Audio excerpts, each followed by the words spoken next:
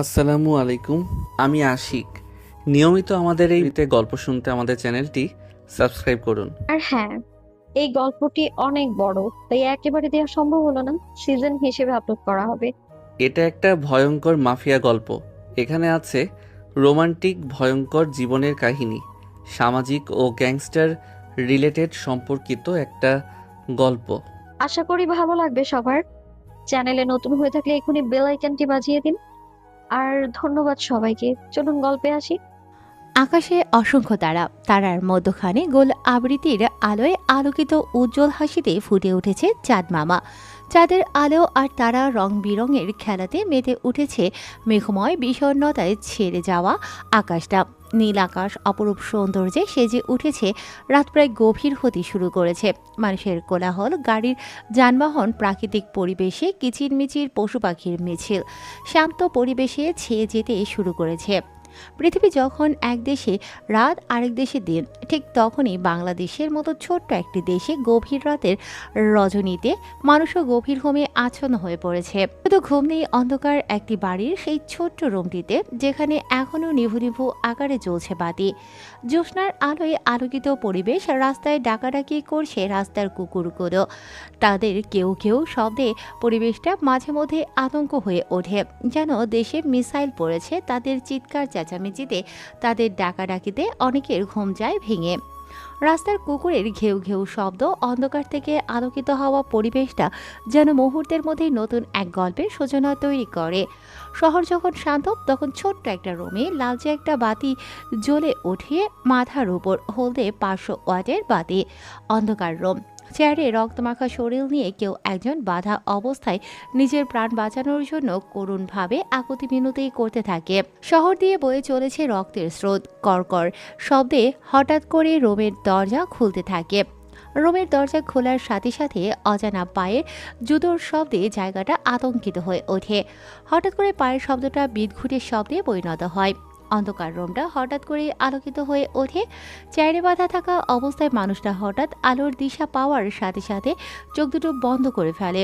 চোখের মধ্যে আলো এসে পড়ার সাথে সাথে চোখ দুটো বন্ধ করে ফেলে। শুধু অনুভব করতে পারে কেউ একজন তার চতুর্পাশে ঘুরতে থাকে। মিটমিট করে চোখ খুলতে থাকে চেয়ারে বাঁধা থাকা সেই অচেনা মানুষটা। চোখ খুলতেই সামনে আজরাইল নামক মানুষটাকে দেখার সাথে সাথে চোখ দুটো জায়গা থেকে বের হয়ে এসে লাফালাফি শুরু করে। নিজের চোখকে বিশ্বাস করতে পারে না। নিজের সামনে স্বয়ং ভিক্টরকে দেখে কলিজা পানি শুকিয়ে যায়। সেই আতঙ্কের এক নাম ভিক্টরকে দেখে, যার চোখ দুটো বড় বড়, চুলগুলো কোঁকড়ানো, মুখে হাজারো আঘাতের চিহ্ন।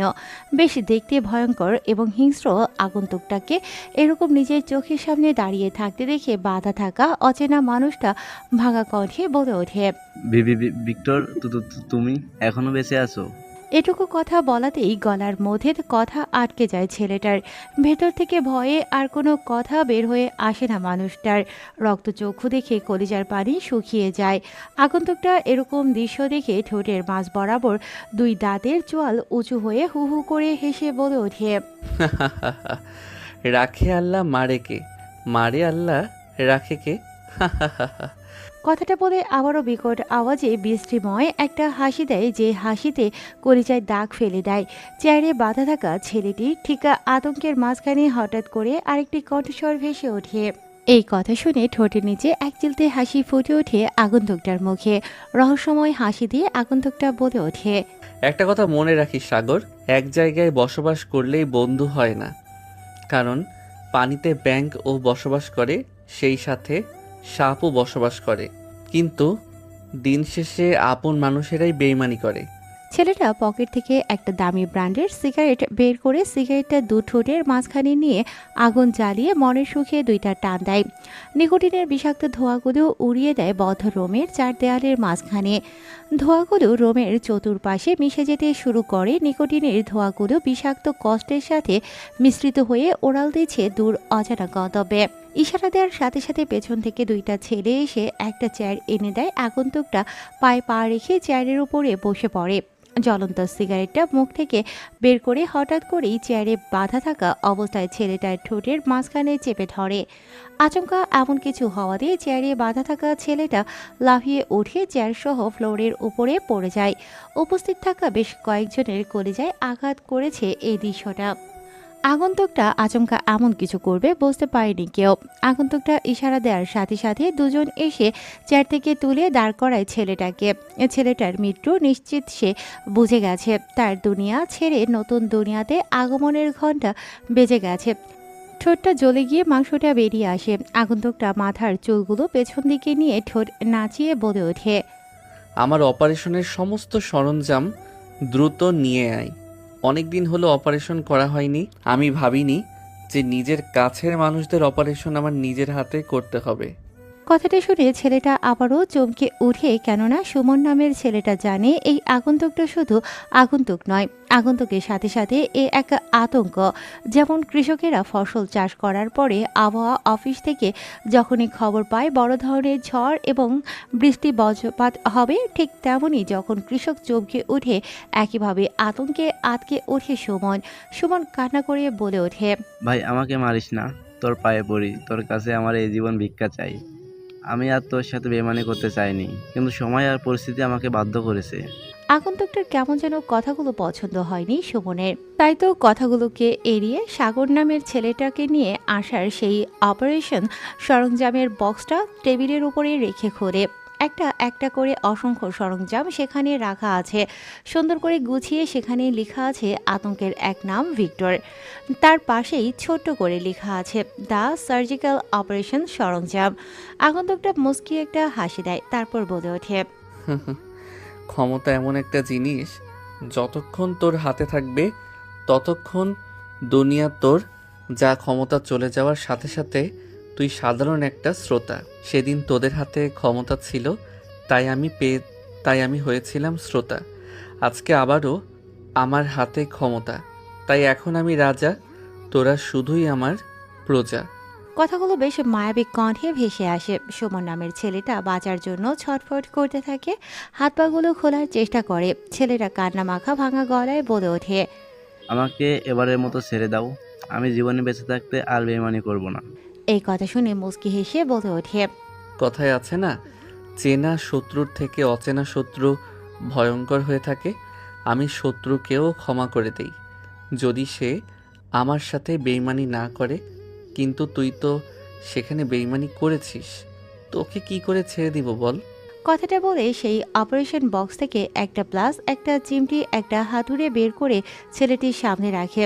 ছেলেটির চোখ ছানা পড়া হয়ে যায় এই দৃশ্য দেখে। সুমন নামের ছেলেটি মলিন কণ্ঠে বলে ওঠে, ভাই আমাকে মেরো না, আমাকে আর একটিবার সুযোগ দাও, আমি আর বেমানি করব না। আরে পাগলা, তুই বেঁচে থাকলে তো বেইমানি করবি। কথাটা বলে আগন্তুকটা আরও একটা মাস্টারমাইন্ড মুচকি হাসি দেয়। মাথায় তার যেন ছিঁড়ে গেছে, হাতে প্লাস নেই। চোখের ইশারায় দেওয়ার সাথে সাথেই পাশে দাঁড়িয়ে থাকা সাগরনার সামনে এসে দাঁড়ায়। তারপর দুই মুখের দুই সাইডে লোহার আংটা লাগিয়ে দুজন দুই সাইডে টেনে ধরে। আগন্তুকটা প্লাসটা হাতে নিয়ে মুখের ভেতর থেকে একটা একটা করে দাঁত টেনে তুলতে থাকে। যত টেনে তুলতে থাকে তত কেঁপে ওঠে সুমন নামের ছেলেটি। সুমন নামের ছেলেটি চিৎকার করতে থাকে। এই গভীর নিঝুম জ্যোৎস্না রাতে হঠাৎ করে আগন্তুকটা সুমনের মুখের মধ্যে ঘুষি মেরে বলে ওঠে, তুই এতদিন মৃত্যু দেখেছিস, কিন্তু মৃত্যুর যন্ত্রণা কতটা ভয়ঙ্কর এবং যন্ত্রণাদায়ক হয় তা তুই দেখিসনি। আজকে তা অনুভব করতে পারবি। কথাটা বলে শেষে পাশে থেকে লাল গুঁড়ো মরিচের লঙ্কা নিয়ে দাঁত তুলে ফেলা সেই জায়গার অংশে লাগিয়ে দেয়। তাতে যেন চেয়ার থেকে বারবার লাফিয়ে ওঠে সুমন নামের ছেলেটি। সুমন নামের ছেলেটির আর্তনাদ যেন অতি ভয়াবহ হয়েছে। এত পরিমাণ লাফালাফি করছে যে তার আশেপাশে দাঁড়িয়ে থাকা ছেলেগুলো ছিটকে ছড়িয়ে ছিটিয়ে পড়ে গেছে। কোনো কথা বলতে পারে না, মুখের ভেতর ক্ষত স্থানে জ্বলতে থাকে। সাগর বলে ওঠে, ভাই, এর মুখ থেকে সমস্ত কথা বের করতে হবে। বাকিরা কোনো গর্তে লুকিয়েছে, তা এর কাছ থেকে জেনে তাদেরকে সেই গর্ত থেকে বের করে আনতে হবে। সাগরের কথা মতো আগন্তুকটা রহস্যময় একটা হাসি দেয় আর বলে ওঠে, রংবাজের এই শহরে নতুন রঙের খেলা হবে, যে রং শুধুই লাল রং দিয়ে তৈরি। লাল রঙের রং সারা শহরে ছড়িয়ে পড়বে, ভিক্টরের নামে নতুন করে এই ভূমি কেঁপে উঠবে। নতুন প্রজন্মের কাছে ভিক্টর এক হিংস্র দানব হয়ে উঠবে। আমাকে ছেড়ে দাও, নয়তো আমাকে একেবারে মেরে ফেলো ভাই। আমি এই আর অত্যাচার সহ্য করতে পারছি না। আগন্তুকটা এই কথা শুনে পায়ে পা রেখে আরেকটা সিগারেট জ্বালায়, বেশ কয়েকটা টান দেয়, নিকোটিনের ধোঁয়াগুলো আবারও উড়িয়ে দেয় কষ্টের সেই মুহূর্তের বিষাক্তময় পরিবেশের সাথে। সরাসরি রেগে ফেটে যাচ্ছে আগন্তুকটা। হঠাৎ করেই আগন্তুকটার চোখ দিয়ে দুফোঁটা জল গড়িয়ে পড়ে, ডুব দেয় সেই পুরনো স্মৃতিতে। ঝুমঝুম করে বৃষ্টি পড়ছিল ছাদের সেই এক কোণে দাঁড়িয়ে শহর দেখছিল কোনো এক মায়াবতী। ঠিক সেই সময় বড় বিল্ডিংয়ের রাস্তা ধরে যাচ্ছিল সেই আতঙ্কের এক নাম ভিক্টর। সেদিন মুষলধারায় বৃষ্টি পড়ছিল। কি সুন্দর মুহূর্ত ছিল, আকাশে কালো মেঘে ঢাকা আষাঢ় শ্রাবণ মুষলধারার বৃষ্টি। মোটর সাইকেল করে রাস্তা পার হচ্ছে শামীম চৌধুরী। ছাদের ওপর ছেলেমেয়েগুলো বৃষ্টিতে খেলা করছে। ছাদের এক কোণে দাঁড়িয়ে বৃষ্টি ভেজা মুহূর্ত উপভোগ করছে নুসরাত জাহান ঈশিতা। হঠাৎ করে হালকা মৃদু বাতাসে তার বুকের ওড়নাটা উড়ে যায় রাস্তার চলমান জনবহুল সড়কে। হঠাৎ করেই নুসরাতের মায়া কাটিয়ে ওড়নাটা উড়াল দেয় হালকা দমকা হাওয়াতে। হঠাৎ করে ওড়নাটা উড়ে যাওয়ার কারণে নুসরাত হাঁ করে তাকিয়ে আছে। দ্রুত ওড়নাটা নেয়ার জন্য ছাদ থেকে সবাই মিলে দৌড়ে নিচে নামতে থাকে। সবাই দৌড়ে নামতে থাকে। রাস্তার নিচে দিয়ে যাচ্ছে বেশ কয়েকটা মোটর সাইকেল। হঠাৎ করেই একটা লাল ওড়না মাথার উপরে এসে পড়ে একজন মানুষের উপরে। আচমকা মুখের উপর ওড়নাটা এসে পড়াতে বাইক ব্রেক করে সকলে মিলে। তখনও বৃষ্টি পড়ছে, আকাশটা বেশ বজ্রপাত বর্ষণ করছে। সময়টা প্রায় দুপুর হয়েছে। এমন আচমকা মুখের ওপরে ওড়না এসে পড়াতে বিভ্রান্তে পড়ে যায় ছেলেটা। অন্যদিক থেকে নুসরাত তার দলবল সহ ছেলেটার সামনে এসে দাঁড়ায়। ভেজা শরীর, লাল থ্রি পিস, চুলগুলো খোলা, মুখে মায়াবী ভাঁজ, ঠোঁটে হালকা লিপস্টিক। পুরো রূপকথার পরই ছেলেটা মুখের উপর থেকে লাল রঙের ওড়নাটা ধীরে ধীরে সরাতে থাকে। সিনেম্যাটিক স্টাইলে ওড়নাটা সরানোর সাথে সাথে দুজনের চোখ সংযোগ হয়। দুজন দুজনের দিকে এক দৃষ্টিতে তাকিয়ে আছে। কি মায়াবী চোখ, চোখের পলক কেউ ফেলে না। শামীম চৌধুরী এক দৃষ্টিতে তাকিয়ে আছে, যেন সামনে কোনো রূপকথার গল্পের পরী এসে নেমেছে। কি সুন্দর মায়াবী হরিণের চোখ, চোখের পাতায় কাজল কালো দাগ, চুলগুলো খোলা, কোমর পর্যন্ত হালকা মৃদু বাতাসে দোল খাচ্ছে। বৃষ্টিতে ভিজে শরীরটা লেপ্টে আছে কাপড়ের সাথে। বুকে ওড়না নেই, অসম্ভব মায়াবী, যেন রূপকথার রাজ্য থেকে কোনো এক লাল পরী এসেছে। ঠোঁটে হালকা লিপস্টিক। উফ, কি রোমান্টিক মুহূর্ত। হঠাৎ করেই পাশ থেকে কেউ একজন বলে ওঠে, ও হ্যালো মিস্টার, ওড়নাটা এখনো ধরে রাখবেন নাকি ওড়নাটা হাতে দিবেন? হঠাৎ করে এমন আচমকা কারো কথা শুনে থমকে যায় দুজনেই। দুজনের চোখ থেকে দৃষ্টি সরিয়ে আমদামতা করে বলে ওঠে শামীম চৌধুরী। ও হ্যাঁ, এই নিন ধরুন। অন্যদিকে দুহাত বুকের উপরে রেখে নিজেকে জড়িয়ে ধরেছে নুসরাত।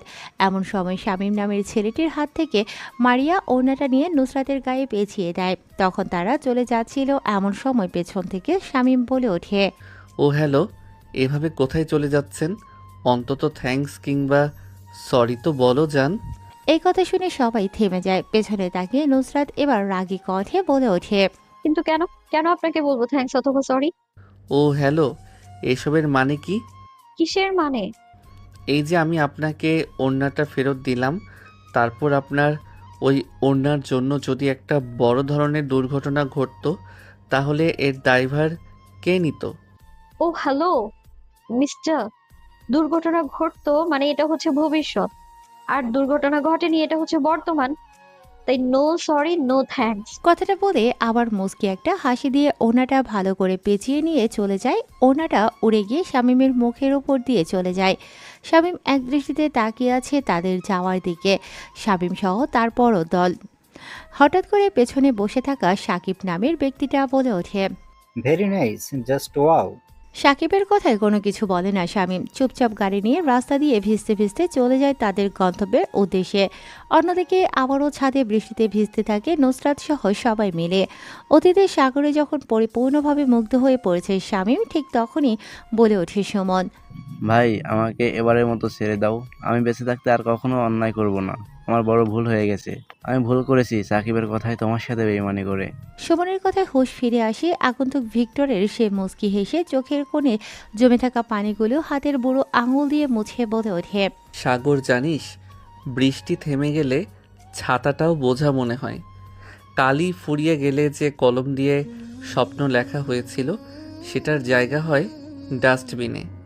ঠিক তেমনি যতদিন তুমি মানুষের কাজে লাগবে ততদিন তোমার দাম থাকবে।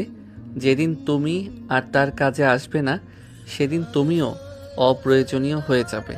মনে রাখবে, মানুষের স্বার্থ ফুরিয়ে গেলে মানুষ বদলায় আর সম্পর্ক নীরবে মারা যায়। আগন্তুকটার মুখে এরকম কথা শুনে পুরো রুম নিস্তব্ধ হয়ে যায়। কেউ কোনো কথা বলে না। এত গরম, এত রাগ, এত তেজ নিমিষেই এক পলকে থমকে যায়। সাগর বুঝতে পারে না হঠাৎ করে কি হলো। যে মানুষটাকে এতদিন হয়ে গেল কারোর জন্য তার চোখে মায়া দেখেনি, সে মানুষটা কিনা হঠাৎ করেই কেঁদে সাগর বলে ওঠে, ভাই, হঠাৎ করে আপনার কি এমন হলো? কার কথা মনে পড়ছে? ভাই, আপনার সাথে কি হয়েছে আমাদেরকে বলুন, আমরা তাকে তুলে নিয়ে আসবো। সাগরের মুখে এরকম কথা শুনে স্বামী মুচকি একটা হাসি দেয়, নিজেকে স্বাভাবিক করে নেয়। হঠাৎ করে সুমনের দিকে তার চোখ যায়। সুমনের দিকে তাকাতেই আবার সেই হিংস্রতা তার উপরে যেন চেপে বসে। সবাই আনমনা হয়ে আছে। সুমনের চিৎকারে আবারও সবার ধ্যান ফিরে আসে। আচমকা সুমন চিৎকার দেয়াতেই সবাই চমকে দাঁড়ায়। সবাই সেদিকে তাকাতেই দেখতে পায় সুমনের হাতের আঙুল থেকে রক্ত গড়িয়ে বসে। ভালো করে তাকিয়ে দেখতে পায় সুমনের হাতের নখ তুলে ফেলেছে আগন্তুকটা। আগন্তুকটার হাতে রয়েছে একটা চিমটি প্রায় 2-3টে নখ তুলে ফেলেছে। তাতেই চিৎকার দিয়েছে সুমন। ভাই, আমাকে আর মেরো না। আমি তোমাকে সব বলছি। আমি যা জানি তা সব তোমাকে বলে দিচ্ছি। তবুও তুমি আমাকে একেবারে মেরে ফেলো। তিলে তিলে মেরে ফেলা থেকে একেবারে আমাকে মৃত্যু যন্ত্রণা থেকে বাঁচাও। আমি আর তোমার এই মরণবিধি যন্ত্রণা নিতে পারছি না। আগন্তুকটা কোনো কথা শোনে না। সুমন নামের ছেলেটার হাতের আঙুলের নখগুলো এক এক করে তুলে ফেলতে থাকে। কথাগুলো যেন তার কান পর্যন্ত আসে না। তুলে ফেলার জায়গায় হলুদ এবং মরিচের গুঁড়ো লাগিয়ে দেয়। এতে তার যন্ত্রণা বেড়ে যায়। স্বামী বলে ওঠে, সেদিন বেইমানিটা না করলেও পারতি। বেইমানের ফল তো এখন ভোগ করতে হবে। কথাটা বলে সুমন নামের ছেলেটার মুখের ভেতর থেকে জিহ্বাটা প্লাস দিয়ে টেনে বের করে এনে মাঝখানে ছেড়ে দেয়। কাঠ ফ্রাই মেশিন যেমন কাঠটাকে 2 খণ্ডিত করে ফেলে, ঠিক তেমনই ভাবে সুমন নামের ছেলেটার জিহ্বাটা 2 খণ্ড হয়ে যায়। রাত তখনও নিস্তব্ধ। আকাশটা চাঁদনি রাত। অনেক স্মৃতি চেনা মানুষ অচেনা হয়ে যায়। পুরনো স্মৃতি ভোলা যায় না। সুমন নামের ছেলেটির জিহ্বাটা কেটে ফেলার সাথে সাথে কথা বলার ভারসাম্য হারিয়ে ফেলে। কপাল বেয়ে ঘাম ফ্লোরের উপরে পড়তে থাকে। ঘাড় মুখ ভেঙে দিয়েছে, কথা বলতে পারে না। শামীম জিজ্ঞাসা করে, সাকিব সহ বাকি সবাই কোথায় আছে এখন? তারা কি করে? কেনই বা তারা আমার সাথে বিশ্বাসঘাতকতা করেছিল? মুখ দিয়ে গড়গড় করে তাজা গাঢ় লাল গরম রক্ত গড়িয়ে পড়তে থাকে সুমন নামের ছেলেটি পুরো শরীর এলিয়ে দিয়েছে, তারপরেও কথা বের হয় না। শামীম রেগে মেগে একাকার, চোখগুলো লাল রক্ত বর্ণ ধারণ করেছে। সুমন নামের ছেলেটির চুলের মুঠি ধরে নিজের মুখটা ছেলেটার কানের সামনে নিয়ে গিয়ে বলে ওঠে, বলে দে সুমন, মরতে তোকে হবে, বাঁচতে তুই পারবি না। কারণ আমি বেইমানদের বাঁচিয়ে রাখি না। শত্রুকে ছেড়ে দিতে পারি কিন্তু কোনো বেইমানকে না। ভাই, সাকিব সহ সবাই ওরা বর্তমান এই শহরে জুড়ে রাজ করছে। এই রাজ্য শুধু তারাই রাজত্ব চালাচ্ছে, গোপনে সকল রকম বিজনেস করছে। আগন্তুকটার মনটা ভীষণ খারাপ হয়ে যায়। বক্সটা থেকে ধারালো পাতলা চিকন একটা ব্লেড বের করে গলার উপরে রেখে টান দেওয়ার সাথে সাথে গলার পিঙ্কি কেটে গড়গড় করে রক্ত বের হতে থাকে। ছেলেটার মুখের ভেতর গাঢ় লাল মরিচের গুঁড়ো ঢেলে দিয়ে সুই সুতো দিয়ে সেলাই করতে থাকে। ক্যাচ ক্যাচ শব্দ দূষণ হচ্ছে ছেলেটা, আর জোর খাটাতে পারে না। নীরবে অত্যাচারগুলো সহ্য করতে থাকে যতক্ষণ না তার শরীর থেকে তার রুহটা সেই দূর আকাশে পালিয়ে যাচ্ছে। সাগর সহ আশেপাশে দাঁড়িয়ে থাকা বেশ কিছু ছেলে পেলে এই দৃশ্য দেখে ভয়ে চোখ বন্ধ করে ফেলেছে। গলার ক্ষতস্থানে পুরো মরিচের গুঁড়ো এবং লবণ ঢেলে দেয়। সাথে সাথে ছেলেটা ছটফট করতে থাকে। এরপর আগন্তুকটা বলে ওঠে, সাগর, এই হারামজাদাটার রশির বাঁধনগুলো খুলে দে। জি ভাই, এখনই খুলে দিচ্ছি। এই তোরা দাঁড়িয়ে না থেকে বাঁধনগুলো খোলার ব্যবস্থা কর। সাগরের কথা মতো ছেলেগুলো বাঁধনগুলো খুলে দেয়। কাঁপতে কাঁপতে চেয়ার থেকে ছেলেটা পড়ে যায়। এরপর সাদা ফ্লোরটার ওপরে ছেলেটার নিথর দেহটা গড়াগড়ি খেতে থাকে। হাত পাগুলো ছড়াছড়ি করে লাফালাফি শুরু করে, ঠিক যেমন কোনো মুরগির জবাইয়ের করার পর তাকে মাটির উপরে রেখে দিলে তার শরীর থেকে জীবনটা যাওয়ার আগে যে পরিমাণ যন্ত্রণা নিয়ে লাফালাফি করে, ঠিক একইভাবে সুমন নামের ছেলেটা ছটফট করতে থাকে। রক্তগুলো এদিক ওদিক ছড়িয়ে ছিটিয়ে লাল রঙে রঙিন হয়ে উঠেছে। ছেলেটার ছটফটানি বেশ মজা দিচ্ছে শামীমকে। শামীম তার পকেট থেকে আরেকটা ব্র্যান্ডেড সিগারেট বের করে টানতে থাকে। ও হ্যাঁ, শামীমকে তা জানতে নিশ্চয়ই ইচ্ছুক হচ্ছেন। গল্পের সাথে থাকুন, পুরো গল্পটা আমি অ্যাকশন নিয়ে লিখেছি। অনেকদিন পরে লেখক মিন্টু ইসলাম এই গল্পটা প্রকাশিত হয়েছে আমাদের এই অফিসিয়াল মিঠুন স্টোরি চ্যানেলে। এখানে নিয়মিত আশিক, প্রিয়াঙ্কা, নয়নিকার কণ্ঠে গল্প আপলোড করা হয়ে থাকে, তাই সাবস্ক্রাইব করে আমাদের সাথেই থাকুন। শামীম নামের ছেলেটা সিগারেট টানতে থাকে, ধোঁয়াগুলো উড়িয়ে দেয়। এই নীরব বাতাসের সাথে মুচকি হেসে আবার বলে ওঠে, সাগর, লাল মরিচের গুঁড়াটা নিয়ে আয়, সাথে পেঁয়াজের রস। জি ভাই, এখনই নিয়ে আসছি। কথাটা বলার সাথে সাথে সাগর লাল মরিচের গুঁড়োর সাথে কয়েকটা কাটা পেঁয়াজ নিয়ে আসে। আগন্তুকটা সেগুলো দেখে ঠোঁটের নিচে এক চিলতে মুচকি হাসি ফুটিয়ে তোলে। সবার দিকে একবার তাকিয়ে নিজের কাজে মন দেয়। সিগারেটটা হাতে নিয়ে গলার সেই কাটা স্থানে লাগিয়ে দেয়। সাথে সাথে কাটা স্থানটা পুড়ে যেতে শুরু করে, বিশ্রী এক দুর্গন্ধে পরিণত হয়। ক্ষতস্থানে রক্ত প্রবাহিত এবং আগুন লাগার কারণে রক্ত পুড়ে যাওয়াতে বেশ একটা দুর্গন্ধ হচ্ছে। ছেলেটার মৃত্যু যেন আরও জটিলতার সাথে যন্ত্রণাদায়ক হয়ে ওঠে। আগন্তুকটা এত অত্যাচার করার পরও যেন তার কোনোভাবেই রাগ কমছে না, কেননা পুরনো স্মৃতিগুলো তার চোখের সামনে ভেসে উঠে যখন তার প্রিয় মানুষটাকে ঠিক এভাবে যন্ত্রণা এবং কষ্ট দিয়ে তার চোখের সামনে বেইমানি করে মেরেছিল তারই কাছের আপনজনগুলো। সেদিন এই আগন্তুকটার ঠিক এমনই কষ্ট হয়েছিল। আগন্তুকটা এবার সেই বক্স থেকে হালকা লাল মরিচের গুঁড়ো তুলে নিয়ে গলার সেই ক্ষতস্থানে লাগিয়ে দেয়। রক্ত চলাচল এবং রক্ত গতিবেগ প্রবাহিত হওয়ার কারণে লাল মরিচের গুঁড়ো শরীরের ভেতরে প্রবেশ করে সাথে সাথে শরীরের শিরা উপশিরাগুলো ভেতরে জ্বলতে থাকে। ছেলেটার চোখ দিয়ে পানি গড়িয়ে পড়ে। ছেলেটা প্রায়ই মৃত্যুশয্যায় ধরা পড়েছে। শামীম বলে ওঠে, এই জানোয়ারটার লাশটা কোনো একটা জনবহুল এলাকায় ফেলে আসবে, যেখানে লোকের সংখ্যা অনেক বেশি। ওকে ভাই, ঠিক আছে, কাজ হয়ে যাবে, কোনো চিন্তা নেই।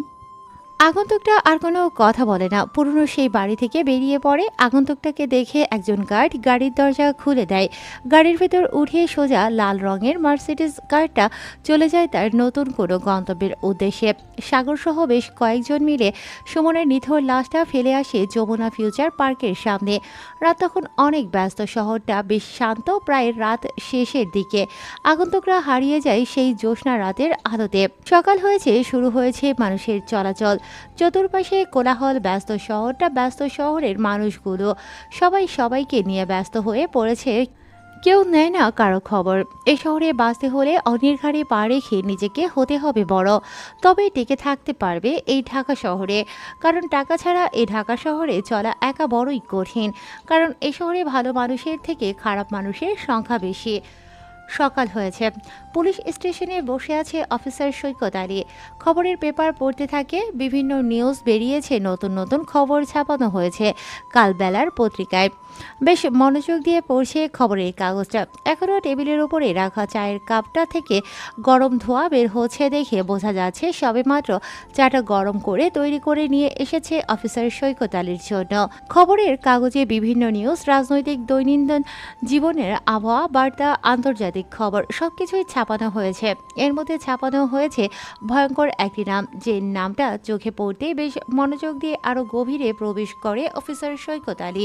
আবারও চায়ের কাপে এক চুমুক দিয়ে খবরের কাগজে প্রথম সারিতে লেখা নামটা বেশ আতঙ্কের দেখে বলে ওঠে, dangerous king of underworld, top secret mafia gangster Victor. এতটুকু পরে কপাল বেয়ে ঘাম ঝরতে শুরু করেছে ইন্সপেক্টর সৈকত আলীর, কেননা এই নামটার পাশেই রক্তমাখা মুখোশধারীর কয়েকজন ব্যক্তির ছবি আঁকা আছে। তার সামনে একজন ভয়ঙ্কর আকৃতির মানুষের মুখের মাস্ক দিয়ে তৈরি করা একটা ফটো আঁকা আছে। হাতে আছে একটা লোহার ধারালো কুড়াল, যার হাতলটা পুরো সোনা দিয়ে তৈরি করা। খবরের কাগজটা বেশ মন দিয়ে পড়তে থাকে। যত পড়ছে তত অবাক হচ্ছে, কত ভয়ঙ্কর আর কত হিংস্র একজন মানুষ হলে এরকমভাবে পুরো শহর শহরে নিজের দাপট, নিজের সাম্রাজ্য গড়ে তুলতে পারে, যা এই ভিক্টরের ম্যাগাজিন কিংবা তার কেস ফাইল না দেখলে কেউ বুঝতেই পারত না। ঠোঁটের দুই বরাবর মাঝখানে চায়ের কাপটা মুখে নেওয়ার সাথে সাথে কেবিনের সামনে কিছু পায়ের শব্দ কানে আসে ইন্সপেক্টর সৈকত আলীর। সেদিকে না তাকিয়ে চায়ের কাপে চুমুক দিয়ে অধীর আগ্রহে খবরের কাগজ পড়তে থাকে। এমন সময় হঠাৎ করে কেউ একজন বলে ওঠে, আসসালামু আলাইকুম অফিসার। হঠাৎ করে উপরোক্ত কারো কথা শুনতে পেয়ে সামনে তাকিয়ে দেখতে পাই শহরের প্রভাবশালী এমপি সাকিব চৌধুরী উপস্থিত হয়েছে নিজেই থানার ভেতরে। অফিসার সৈকত আলী সাকিবকে দেখার সাথে সাথে চেয়ার থেকে দাঁড়িয়ে সালাম দেয় আর বলে ওঠে, আরে স্যার, আপনি এখানে হঠাৎ করে? আমার এই ছোট্ট থানার ভিতরে আপনার পায়ের ধুলো অবশেষে পড়লো। তবে আমার এই ছোট্ট থানার ভিতরে প্রবেশ করার কারণ কি আপনার জানতে পারি? ইন্সপেক্টর সৈকত আলীর মুখে এরকম কথা শুনে ঠোঁটের কোণে এক চিলতে রহস্যময় হাসি ফুটিয়ে তোলে, তবে তা প্রকাশ করে না। সাকিব চৌধুরী অনুমতি ছাড়াই একটা চেয়ার টেনে পায়ে পা রেখে বসে পড়ে। পকেট থেকে একটা ব্র্যান্ডেড সিগারেট বের করে কয়েকটা টান দিয়ে ধোঁয়াগুলো উড়িয়ে দেয় ইন্সপেক্টর সৈকতের দিকে। সিগারেটের গন্ধে বেশ খানিকটা খক খক করে কেসে ওঠে ইন্সপেক্টর সৈকত। এটা দেখে আবারও মুচকি হাসে সাকিব চৌধুরী। ইন্সপেক্টর, আপনি এই থানার ওসি মাত্র, আর আমি পুরো এই রাজ্যের এমপি। কথাটা বলে মুখ থেকে সিগারেটটা বের করে আবারও মুখের ভেতরে থাকা সিগারেটের বিষাক্ত ধোঁয়াগুলো উড়িয়ে দেয় থানার ভেতর। বিষাক্ত ধোঁয়াগুলো চতুর্পাশে ছড়িয়ে পড়ে। সিগারেটের গন্ধে থানাটা বেশ বিদঘুটে হয়ে উঠেছে। ইন্সপেক্টর সৈকত চেয়ারের ওপর বসে পড়ে, পায়ে পা রেখে সামনে বসে থাকা সাকিবের দিকে এক দৃষ্টিতে তাকিয়ে আছে। সাকিব আবারও মুখের দুই চোয়াল উঁচু করে ঠোঁটের নিচে এক চিলতে হাসি ফুটিয়ে বলে ওঠে, এই জ্বলন্ত সিগারেট দেখছেন? এটাকে মানুষ যত টানে তত তাড়াতাড়ি এটা পুড়ে যায়। ঠিক তেমন আপনি যত বেশি লাফালাফি করবেন তত তাড়াতাড়ি আপনার উপরে যাওয়ার টিকিটটা কাটার প্ল্যান প্রোগ্রাম হয়ে যাবে। কথায় আছে না, নিজে বাঁচলে বাপের নাম, তাই সাবধান। সাকিবের মুখে এরকম কথা শুনে ইন্সপেক্টর সৈকত চায়ের কাপে চুমুক দেয় আর বলে ওঠে, আইন সবার জন্য সমান, সে আপনার ভাই হোক বা আপনার দলের কর্মী। আমার কাছে সেটা ম্যাটার করে না। সে অপরাধ করেছে, শাস্তি তাকে পেতে হবে। কত টাকা পেলে আপনি তাদেরকে ছেড়ে দিবেন? পৃথিবীতে এমন কোনো টাকার সংখ্যা নেই যে আমাকে কিনতে পারে। তাই আমাকে লোভ না দেখিয়ে বরং কোর্টে যাওয়ার প্রিপারেশন নিন, কেননা সেখানেই আপনার সাথে দেখা হবে। কাজটা তুই ভালো করলি না, এর শাস্তি তোকে পেতে হবে। আমার কথার অবাধ্য হয়ে আমার এলাকায় টিকে থাকতে পারবি না তুই। জনগণের খেয়াল পরে রাখিস, আগে নিজের খেয়ালটা ভালো করে নিস। কথাটা বলে সাকিব চৌধুরী চেয়ার থেকে উঠে যখনই পেছন ফিরে চলে যেতে নেবে তখনই সাকিব চৌধুরী পেছন থেকে শুনতে পায়, ভিক্টরের একটা পেপার পড়ছিলাম, শুনছিলাম আপনার মুখের কাছে মানুষ ছিল, কিন্তু কোনো একটা কারণে সেই কাছের সঙ্গীটা আজকে আপনার কাছে নেই, কিন্তু আপনি এমপি হয়ে গেলেন। বেশ ইন্টারেস্টিং। কথাটা শুনে রাগান্বিত চোখে তাকায় সাকিব চৌধুরী। ইন্সপেক্টর আবারও মুচকি হেসে বলে ওঠে, মিস্টার, আপনি এমপি হয়েছেন তো কি হয়েছে, আমি কিন্তু আপনাকে ভয় পাই না।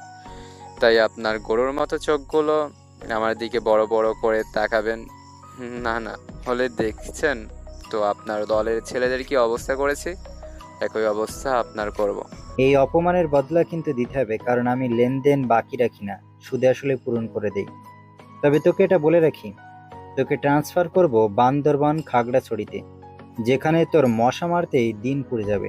সে না হয় আপনি আমাকে ট্রান্সফার করে দিলেন, কিন্তু আপনার সময় কিন্তু ফুরিয়ে আসছে।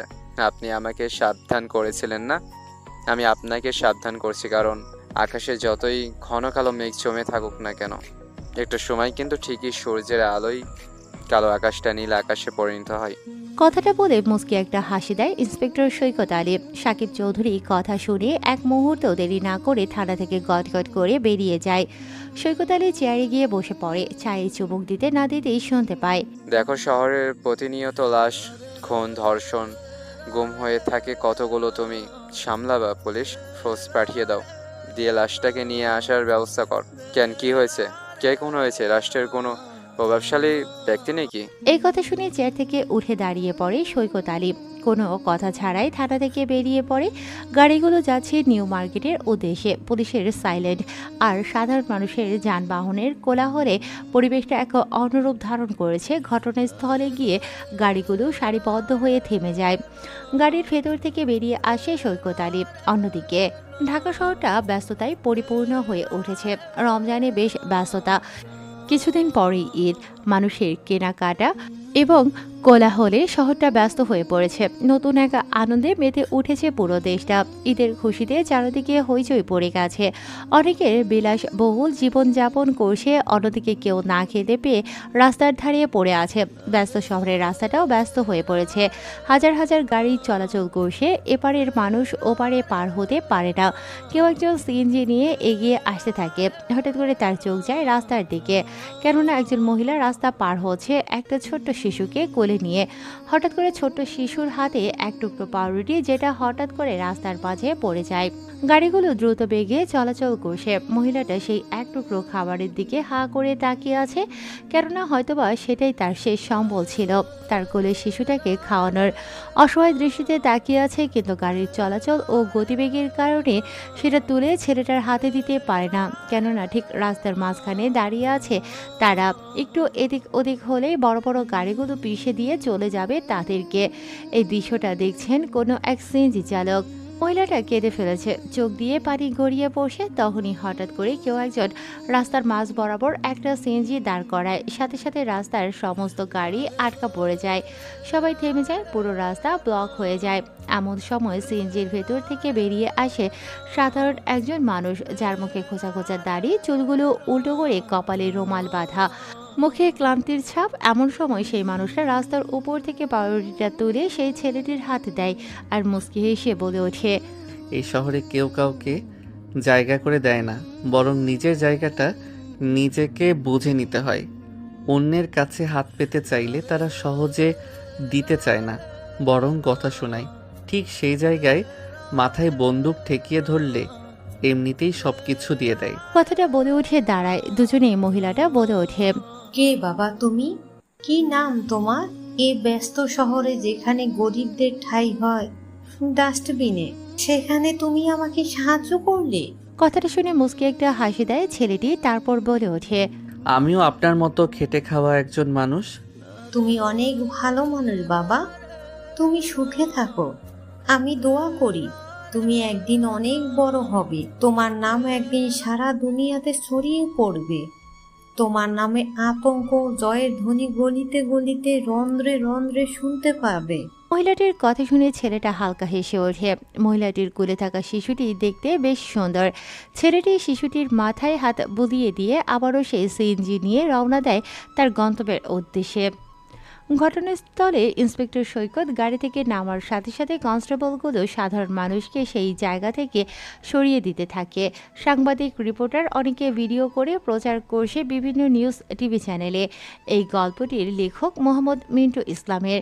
এটা প্রকাশিত হয়েছে আমাদের মিঠুন স্টোরি চ্যানেলে। একটা মাস্ক পরে নেই ইন্সপেক্টর সৈকত আলী, কেননা লাশ থেকে খানিকটা দুর্গন্ধ বেরোতে শুরু করেছে।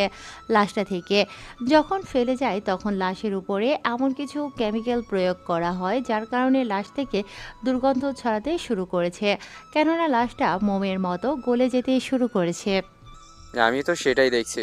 তুমি এক কাজ করো, লাশটাকে ফরেন্সিক ল্যাবে পাঠিয়ে দাও এবং সব প্রমাণগুলো সুন্দর করে গুছিয়ে নাও। তারপর ইন্সপেক্টর সৈকত আলী সেখান থেকে চলে যায়। লাশটাকে পাঠিয়ে দেয়া হয় ফরেন্সিক ল্যাবরেটরিতে। সাংবাদিকগুলো বিভিন্ন নিউজ চ্যানেলে বলে ওঠে, আজকে সকালে তাজা খবর, যাকে বলে ব্রেকিং নিউজ। নৃশংসভাবে হত্যা করে ফেলে গেছে নিউ মার্কেটের সামনে। মারাত্মকভাবে হত্যা করে কারণে লাশের বিভিন্ন দিতে গিয়ে আমাদের শরীর শিউরে উঠছে, শুধু এতটুকুই বলতে পারি। তবে কি ফিরে এসেছে নাকি তাকে কপি করে কেউ এই খুন করছে? কিছুদিন আগে হারিয়ে যাওয়া সেই ভয়ঙ্কর ভিক্টর কি ফিরে এসেছে? কেননা এই লাশটাকে হত্যা করার পর তার বুকের মাঝে ড্রিল মেশিন দিয়ে এঁকে দিয়েছে V+N, যার সংক্ষেপে বোঝানো হয়েছে ভিতে ভিক্টর এবং এনতে নুসরাত, যাকে সে ভালোবাসত। আর তার থেকেও চাঞ্চল্যকর তথ্য হচ্ছে যাকে মারা হয়েছে সে থানার সভাপতি এবং এই পুরো উপজেলার মাথা, যার কথায় এবং যার ইশারায় পুরো শহর নাচে। এই সুমনকে মেরে ফেলেছে। বিস্তারিত জানতে চোখ রাখুন আমাদের এই নিউজ চ্যানেলে। সাংবাদিক তার খবর প্রচার করছে, সাধারণ মানুষ সহ প্রশাসন অনেকে জড়ো হয়েছে। ইন্সপেক্টর সৈকত হিসাব মেলাতে পারে না, খবর পৌঁছে গেছে এমপি সাকিবের কাছে। দ্রুত সাকিব গাড়ি নিয়ে ঘটনাস্থলে পৌঁছে যায়। এসে দেখতে পায় সুমনকে কেউ বা কারা মেরে ফেলেছে। এমপি সাকিবকে দেখে সাংবাদিক, রিপোর্টার, বিভিন্ন সোশ্যাল মিডিয়ার মানুষগুলো তাদের ক্যামেরা নিয়ে ঘিরে ধরেছে সাকিবকে। ইন্সপেক্টর সৈকত সবকিছু দেখছে। সাংবাদিক বলে ওঠে, স্যার, আপনার কাছের মানুষ সুমন চৌধুরী ছিল, তাকে কেউ বা কারা মেরে ফেলেছে, তবে ছোট প্রমাণ রেখে গেছে তার শরীরে ভিক্টর চিহ্ন। একে আপনার কি মন্তব্য? দেখেন, এখানে আমি কোনো কমেন্ট করতে চাই না, কেননা ভেক্টরকে আমি নিজের হাতে দাফন করেছি, তাই সে বেঁচে ফিরতে পারে বলে আমার মনে হয় না। কারণ যে মাটির নিচে যায় সে পচে যায়, পড়ে থাকে শুধু তার কঙ্কাল। সো তার ভূত এসে তো মারতে পারে না। আর তারা আমার কাছের লোক ছিল। আমার মনে হয় কেউ ভিক্টরের পরিচয় নিয়ে এই খুনগুলো করছে। সমস্যা নেই, পুলিশ তদন্ত করবে এবং অপরাধীকে বের করে আইনের আওতায় নিয়ে আসা হবে। সাকিব চৌধুরী আর কোনো কথা বলবে না বলে সুমনের লাশটাকে দেখে গাড়ির ভেতরে উঠে পড়ে। তার সিকিউরিটি গার্ডগুলো তাকে সুরক্ষিতভাবে গাড়ির ভেতর উঠিয়ে দেয়। গাড়িগুলো সারিবদ্ধভাবে চলে আসে তাদের অফিস কক্ষে। অঙ্ক মেলাতে পারে না সাকিব চৌধুরী। গোলমেলে হয়ে যাচ্ছে তার সাজানো গোছানো খেলার গুটি। সাকিব চৌধুরী বলে ওঠে, চারদিকে আমার ছেলেপেলে লাগিয়ে দিয়ে খবর নিয়ে কে বা কারা এসবের সাথে যুক্ত। সেটা বলে নিজের কাজে মন দেয়। অন্যদিকে শামীম রাস্তার মাঝে সিএনজি স্ট্যান্ডে দাঁড়িয়ে যাত্রী গাড়িতে তোলে। শহরটা প্রায় থমকে গেছে। ভিক্টর নামটা শুধু নাম নয়, এক আতঙ্কের বার্তা। ইন্সপেক্টর সৈকত থানার ভেতর বসে বিভিন্ন ফাইল দেখতে থাকে। এমন সময় তার চোখের সামনে একটা ফাইল ভেসে আসে। ফাইলটা ছিল ভিক্টরের নামে, তবে ধুলোবালি দিয়ে ফাইলটা পুরো জমে আছে। ধুলোবালি ঝেড়ে ভালো করে পড়ে নেয়, যেখানে স্পষ্ট লেখা ছিল ভিক্টরের প্রেমের জীবন কাহিনী। বেশ আগ্রহে ফাইলটা ওপেন করে প্রথম অক্ষরটা ছিল আমার প্রথম ভালোবাসা। এমন লেখা দেখে ইন্সপেক্টর সৈকত আলী বেশ অবাক হয়েছে, কেননা তার মতো ভয়ঙ্কর ডেঞ্জারাস একটা ছেলে কোনো মেয়ের প্রেমে পড়তে পারে তা কল্পনার বাইরে। মেয়েটার নাম ছিল নুসরাত। নুসরাত দেখতে অসম্ভব সুন্দর। গায়ের রংটা ছিল উজ্জ্বল ফর্সা, দুধে আলতা গায়ের রং। চুলগুলো ছিল সিল্কি লাল কালো রঙের, পুরো বিদেশিদের মতো। শরীরের গঠন ছিল প্রায় ডুবাই মেয়েদের মতো। হরিণী ডাগো ডাগো চোখ, চোখের পাতাগুলো চিকন কালো। ঠোঁটের নিচে মুস্কি হাসি, মায়াবী চোখ যখন হাসত তখন ঠোঁটের নিচে এক চিলতে মায়া ফুটে উঠত। প্রত্যেক পুরুষের কাছেই তার প্রিয় নারীটা শখের নারী হয়ে থাকে। ছেলেটা মাফিয়া হলেও মেয়েটাকে প্রথম দেখায় তার মনে ধরে। ধীরে ধীরে মেয়েটার প্রতি তার ভালোবাসা বেড়ে যায় এবং সে ভালোবাসার জন্যই সে হিংস্র থেকে নরখাদক হয়ে ওঠে। ইন্সপেক্টর সৈকত যত বেশি পড়তে থাকে ম্যাগাজিন তত গভীরে হারিয়ে যেতে থাকে। চলুন তাহলে আমরা অতীতে ডুব দিয়ে আসি, শুনে আসি সেই ভয়ঙ্কর হিংস্র থেকে নরখাদক হওয়ার কারণ কি। সেদিন তো আপনারা শুনেছিলেন নুসরাত আর শামীমের পরিচয় কিভাবে হয়েছিল বৃষ্টি ভেজার মাঝখানে। সেদিন সেই ঘটনার পর তারা তাদের গন্তব্যে পৌঁছে গিয়ে সাকিব বলে ওঠে, মেয়েটা কে রে? মেয়েটা দেখতে কিন্তু দারুণ ছিল। সেদিন সাকিবের কথাই তেমন একটা পাত্তা দেয়নি শামীম। শামীম কিন্তু দেখতে কম নয়, লম্বা প্রায় 6 ফুট 5 ইঞ্চি, বেশ স্বাস্থ্যবান, শ্যামলা হলেও মুখে এক মায়া আছে, খোঁচা খোঁচা চাপ দাঁড়িয়ে। এমন সময় রায়হান সেখানে এসে বলে ওঠে, ভাই জাহিদকে তুলে এনেছি। সে সেখানে যেখানে অপরাধ করেছো সেখানে গিয়েছিলাম, তার সেই সমস্ত জায়গাগুলো বন্ধ করে দিয়েছি যাতে সে ব্যবসা করতে না পারে। ওকে, ঠিক আছে, তুই যা, আমরা আসছি।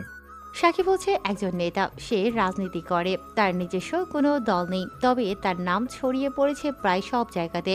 বলতে গেলে শহরের পাওয়ারফুল একজন নেতা। সামনে নির্বাচনে সে এমপি পদে যেতে চায়, তার আগে তার কাজে বাধা হয়ে দাঁড়াতে পারে এমন ব্যক্তিদেরকে সে সরিয়ে দিচ্ছে। শামীম ছোটবেলা থেকেই অনাথ, তার পরিচয় নেই, তার জন্ম পরিচয়ও নেই। সে কথায় বড় হয়েছে সেটাও জানে না, তবে এটুকু শুনেছে সে কোনো এতিমখানায় মানুষ হয়েছে। এর এরপর থেকে সে নিজেকে রাস্তায় বড় হতে দেখেছে। সেদিন আকাশটা সাদা কালো মেঘে আবরণে ছেয়ে গিয়েছিল, চারিদিকটা অন্ধকারে কালো আধারে ছেয়ে যেতে নিয়েছিল। তখন বাজে সকাল 7:30। বিভিন্ন দোকানে মানুষের বেশ সমাগম। সকালে কেউ নাস্তা করছে, কেউ খাওয়া দাওয়া করছে, আবার কেউ গাড়িতে করে এক শহর থেকে অন্য শহরে যাওয়ার আপ্রাণ চেষ্টা করছে। এমন সময় সে একটা চায়ের দোকান থেকে পাউরুটি চুরি করে রাস্তায় দৌড়তে থাকে।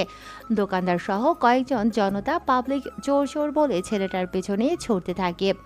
মাত্র 10 টাকা দামের একটা পাউরুটি চুরি করেছে বলে সবাই তার পেছনে দৌড়তে থাকে। অন্যদিকে শহরে দেশের রাষ্ট্রের জনগণের হাজার হাজার কোটি টাকা এমপি মন্ত্রীগুলো এক দেশ থেকে অন্য দেশে পাচার করছে, সেদিকে কারো খেয়াল নেই। এজন্যই বলে, কেউ একজন বলেছে কান নিয়ে গেছে চিলে। মানুষের কথা শুনে সে চিলের পেছনে দৌড়তে থাকে। সে আর হাত দিয়ে দেখে না তার কানের জায়গায় আছে কিনা। বিষয়টা হয়েছে এরকমই।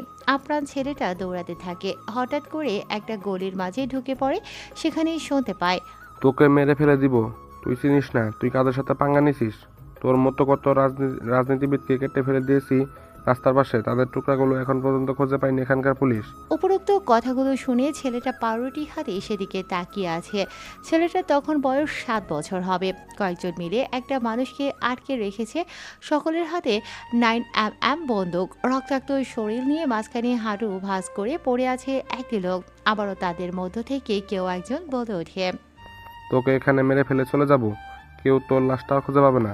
কথাটা বলে যখনই রাজীব নামের সেই মানুষটা গুলি করতে যাবে, ঠিক তখন দূরে দাঁড়িয়ে থাকা সেই অসহায় ছেলেটি ঝাঁপিয়ে পড়ে সে মানুষগুলোর উপরে। তাদের হাত থেকে বন্দুকটা নিয়ে পরপর 5 জনের মাথায় শুট করে দেয়। সাথে সাথে সেই মানুষগুলো মাটিতে লুটিয়ে পড়ে। অবাক হয়ে তাকিয়ে আছে সাকিব চৌধুরী। সাকিব চৌধুরী খুব কষ্টে উঠে দাঁড়ায়, ছেলেটার দিকে তাকিয়ে আছে। বেশ কিছু সময় পর ছেলেটার হাত থেকে বন্দুক নিয়ে বলে ওঠে, কে তুমি? তোমার পরিচয় কি? কেনই বা তুমি এদেরকে মেরে ফেললে আর আমাকে এদের হাত থেকে বাঁচালে? আমি শামীম। আমার নির্দিষ্ট সঠিক কোনো পরিচয় নেই। যেখানে রাত সেখানেই ঘুমাই, আর যেখানেই দিন সেখানেই আমি আমার কর্মসংস্থান বানাই। ছেলেটার কথাগুলো বেশ ঝাঁঝালো। সাকিব তাকিয়ে আছে ছেলেটার দিকে। মুচকি হেসে সাকিব বলে ওঠে, তুমি আমার জীবন বাঁচিয়েছো। বলো, আমার কাছ থেকে তোমার কি চাই? তোমার যা চাই আমি তোমাকে তাই দিব। মাফ করবেন আমাকে। আমি কারো পা চেটে নয়, বরং আমি খেটে বড় হতে চাই। তোমার কথা আমার খুব ভালো লেগেছে। তুমি একদিন আমার ভবিষ্যৎ বানানোর রাস্তা হবে। আচ্ছা শোনো, চলো তোমাকে আমি আমার সাথে করে নিয়ে যাই। তুমি আমার বাড়িতে থাকবে, আমার বাড়ির কাজ করবে, আমার সাথে আমার কাজে সাহায্য করবে। খাওয়া দাওয়া থাকা সব আমি দিব। এরপর থেকে শুরু হয় শামীমের নতুন এক পথ চলা। সাকিবের সাথে চলাফেরা করতে করতে সে ধীরে ধীরে হয়ে ওঠে রাজপথে এক রাজা। সে আগে মাত্র একজন খেলোয়াড় ছিল, কিন্তু এখন একজন খেলার মাঠের কোর্স হয়ে গেছে। কারণ সে মাঠে নামার আগেই মাঠ ফাঁকা হয়ে যায়। তাই সে মাঠে না নেমেই মাঠের পাশে দাঁড়িয়ে শুধু ইশারা দিয়ে বুঝিয়ে দেয় কিভাবে খেলতে হবে খেলার মাঠে। সময়ের সাথে সাথে সাকিবের নাম খ্যাতি বেড়ে যায় শহরে। এর চারিপাশে বেড়ে যায় শামীম নামক ভিক্টরের এক ভয়ঙ্কর আতঙ্ক। শামীম নামক ভিক্টরের ভয়ে কেউ কোনো কথা বলতে পারে না। ছোট্ট একটা ঘটনা বলি। সাবেক মন্ত্রী এন্তাজুল হক তার ছেলে প্রাইভেট ভার্সিটিতে লেখাপড়া করত। সেখানকারই একটা রিক্সা চালকের মেয়েকে ক্লাসরুমে জোরপূর্বকভাবে তার বন্ধুগুলো মিলে গণধর্ষণ করে। এটা ধামাচাপা দেয়া হয়, কেউ জানতে পারে না। অসহায় রিক্সা চালক মানুষ কথাও বিচার পায় না। নিজের আত্মসম্মান বাঁচাতে একটা চলমান হাইওয়ে রাস্তার মাঝে গাড়ির নিচে নিজেকে আত্মসমর্পণ করতে গিয়েছিল। বেশ দামি একটা প্রাইভেট কালো গাড়ি দ্রুত গতিতে এগিয়ে আসতে থাকে। তখনই সে রিক্সা চালক ব্যক্তিটা গাড়ির সামনে গিয়ে দাঁড়ায়। হঠাৎ আচমকা এমন হওয়াতে গাড়ি ব্রেক করে, কিন্তু দ্রুত গতিতে থাকার কারণে গাড়িটা একটা পিলারে গিয়ে ধাক্কা মারে। এতে গাড়ির ভেতরে থাকা বেশ কয়েকজন আহত হলেন। কষ্ট করে গাড়ি থেকে বের হয়ে এসে সেই মানুষের সামনে গিয়ে সাকিব শার্টের কলার ধরে বলে ওঠে, এই বেটা, পাগল নাকি তুই? তোর জন্য আমরা মরতে বসেছিলাম। তোর যদি এতই মরার শখ, অন্য কোথাও গিয়ে মরতে পারিসনি? বাবা, তোমরা আমাকে মেরে ফেললা না কেন? আমাকে মেরে ফেলো, আমার উপর দিয়ে গাড়িটা চালিয়ে দাও। আমি মরতে চাই, বাঁচতে চাই না এই পাপের শহরে। অসহায় ব্যক্তিটা কাঁদতে থাকে। বেশ মায়া লাগে শামীমের। সাকিবকে থামিয়ে দিয়ে শামীম বলে ওঠে, চাচা, কি হয়েছে আপনার? আপনি মরতে চান কেন? বাবা, ওরা আমার মেয়েকে মেরে ফেলেছে। আমার মেয়েটা মানুষের মতো মানুষ হতে চেয়েছিল, অনেক মেধাবী ছিল, কিন্তু এই মন্ত্রীর ছেলে মেরে ফেলেছে। চাচা, কি হয়েছে আমাকে সবটা খুলে বলেন, আমি আপনাকে ন্যায় বিচার এনে দেব। আরে ভাই শামীম, তুই পাগল হয়েছিস? মন্ত্রী এন্তাজুল হকের সাথে তুই পাঙ্গা নিয়ে এই শহরে বেঁচে থাকতে পারবি না। সাকিবকে থামিয়ে দেয় রিক্সা চালক ব্যক্তিটা। এক এক করে সমস্ত ঘটনা বলতে থাকে। সমস্ত ঘটনা শুনে শামীম বলে ওঠে, আপনাকে কোনো চিন্তা করতে হবে না, কালকে কলেজের সামনে চলে আসবেন, আমি ন্যায় বিচার এনে দেব। সেটা বলে একটা প্রাইভেট গাড়িতে করে সবাই চলে যায়। দেখতে দেখতে সন্ধ্যা পেরিয়ে রাত হয়ে সকাল হতে থাকে।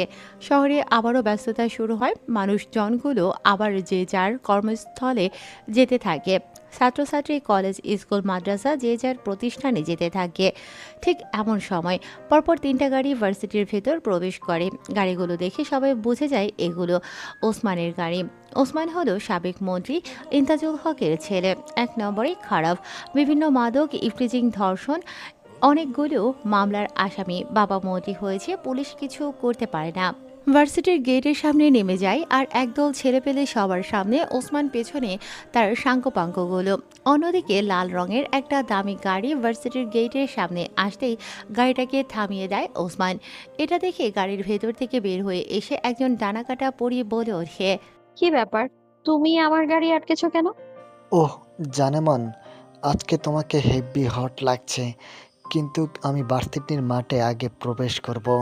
ইউ ইডিয়ট, ভার্সিটির কোথাও লেখা আছে নাকি যে তুমি আগে ভার্সিটির ভেতরে প্রবেশ করবে, তারপর বাকি সবাই?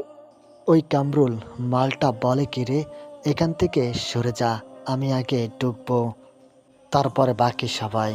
নুসরাত, ওকে আগে যেতে দে, ঝামেলা করিস না, বাদ দে। আমিও তো দেখতে চাই, আর কত ক্ষমতা তোমার? তুই আমার ক্ষমতা দেখবি, আমি চাইলে এই ভার্সিটির মাঠে তোকে ল্যাংটা করে ছেড়ে দিতে পারি। ও রিয়েলি? তাহলে তুই আমার গায়ে হাত দিয়ে দেখা দাও, দেখি তোর কত দম। তোকে ছোঁয়ার জন্য বাহানা খুঁজতাম, আর আজকে যখন তুই নিজে অফার দিয়ে দিলি, তাহলে সুযোগের সৎ ব্যবহার করি।